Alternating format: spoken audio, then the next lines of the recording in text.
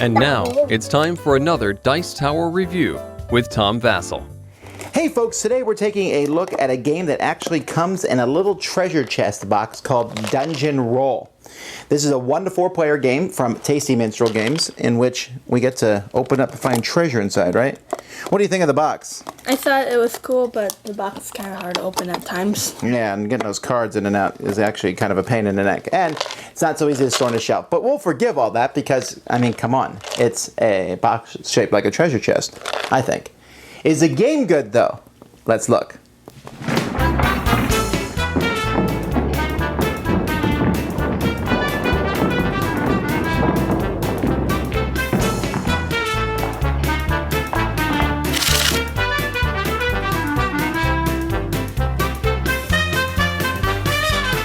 This game revolves around several things. We have the level of the dungeon die.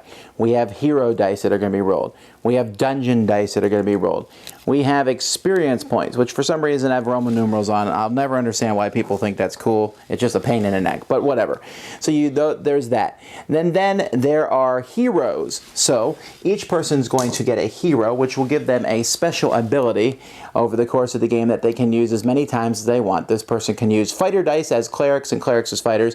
They also have a one-time special ability in which you can, well, we're just going to say tap.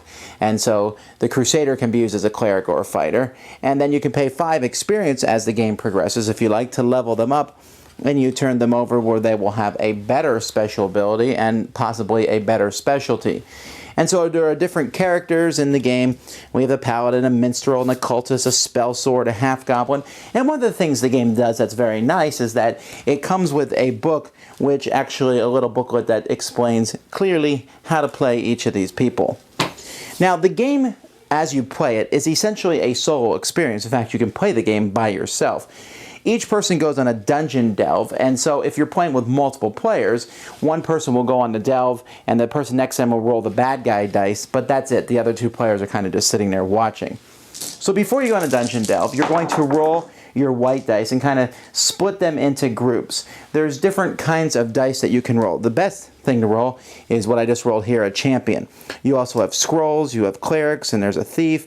You have warriors and wizards, you know, your basic different people that you can roll. But whatever you roll, that's what you have to go through the whole dungeon. So you start at level 1, which means the bad guy is going to roll 1 die. Now, if they roll a villain, and there's different types of villains, then you must defeat those villains by getting rid of some of your dice. So for example, here we've rolled a slime or an ooze. Any hero can beat this, but let's say I get rid of the slime and I use my thief to beat this. Now I'll use my wizard to beat the slime. Okay? Then I say I can stop. If I stop, I will get 1 experience point because I've done level 1. But I say, no, I want to go farther than that, so let's go to level 2. So then we will roll 2 bad guy dice and proceed. Now, if there are multiples of the same type of enemy, there's a little handy-dandy chart here. For example, a fighter can beat 1 undead, 1 ooze, but he can beat all your goblins. So, and then you can see a cleric can beat all the undead, and a wizard can beat all the oozes. And so there's a possibility that, you know, each of these guys, now the champion can beat all of everything. So he's the best, but you have to discard these dice and you will not have them for future levels. Once you've discarded dice, you can use any hero to open up a treasure chest, although the thief can open up all the treasure chests. When you open up a treasure chest, you will reach inside the big treasure chest without looking and take a treasure chest token, which is worth 1 experience point at the end of the game if you don't use it, but also has a special ability that you can use over the course of the game. These treasure chest tokens can be one-time use heroes that you can use to beat people. They can be potions that will bring people back. They can be scrolls that allow dice to be re-rolled. They can be meat that will turn all the dice into dragon faces. There's different uses for them, and they're actually in the back of this card here. You can see the different cards. Some of them are actually worth extra points at the end of the game. So those are treasures. You can use one person to quaff a potion, to drink the potion, and if you do that, One person can drink as many potions, and each potion you drink will bring back one person from the dead or been used pile, and you'll be able to use them again. So that's what you'll keep doing. Now, if you roll a dragon doesn't do anything, it's simply set aside. If 3 dragons or more are ever set aside, then a dragon attacks you, and you need 3 different heroes to beat the dragon, although a champion can help take out the dragon also. Now, you can stop anytime you want, or you can go up to the next level, but you're going to get low on these dice after a while, unless you have a lot of treasure and stuff to go through and fight all the way to the end. If you get to level 10 and manage to beat level 10, then you must stop. You take your 10 experience and go your merry way.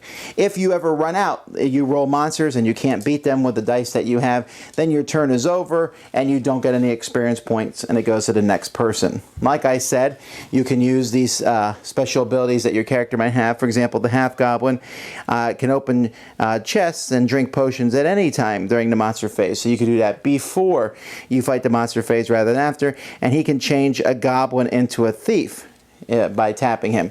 You make him better, and he can change 2 goblins into thieves.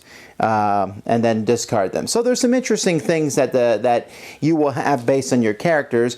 After everyone has tried to go through the dungeon 3 times, the game's over. Whoever has the most experience is the winner. And remember, much of the treasures are worth extra experience points, and some of them are worth a little bit more. All right. Well, things I liked about the game. I think the dice are very high quality. I like the box. I like reaching in the box and pulling out treasure chest tokens. I like the fact that these treasure chest tokens are useful. I like the special abilities that the characters have. I like the fact that you can play it by yourself if you want to. What do you think? I like playing the game. I did not like the special abilities on the cards because I never really used it. Yeah, it is very possible to go through a game and not really need your special abilities. And even paying the 5 experience to pump somebody up to the next level is possibly not worth it, because the better special ability might not be worth losing 5 points over. It was fun to play. I liked the way how you try to roll the dice, but to me it was just all luck because I just kept giving him potions and treasure chests. Well, here's the deal. And I was going to say, I just told you all the good things about the game. Overall, I'm not that impressed with the game. I think it's beautiful. I think it's an interesting solitaire thing to do. It is outright boring with 4 players because you're not involved when someone else is playing. They are essentially playing their own game there. Sure, I might roll some dice for you, but come on. I play, then you play. I mean, just...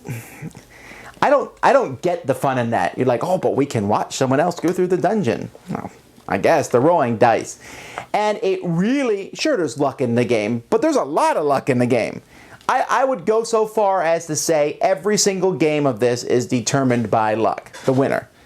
I mean, sure, there's that whole push your luck aspect to it. And you guys know, if you watch my videos, that I like push your luck games. And of course, I'm always going to lose them because you can push your luck and eventually you're going to die. But in this game, you can push your luck really hard and sometimes you can pull it off.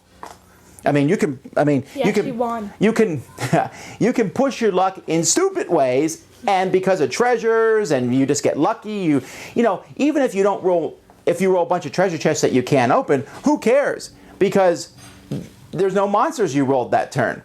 Or if you roll no dragons over the whole course, or you finally roll dragons and then you have... I think the concept is cool, and I don't hate the game.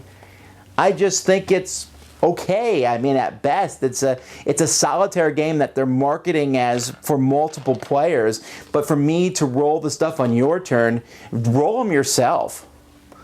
I mean, really, why should I roll your dice for you to play your game? I don't know. What did you think? I didn't like that either.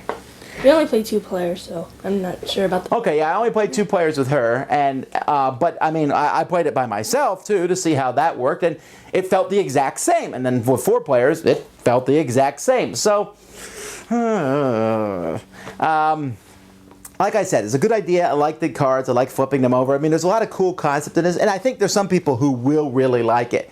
I just think there's better push your luck dice game out there than this one, but it does come in a cool box. Thanks so much for watching the Dice Tower videos. Find more great videos and reviews as well as our top-rated audio podcast at Dicetower.com.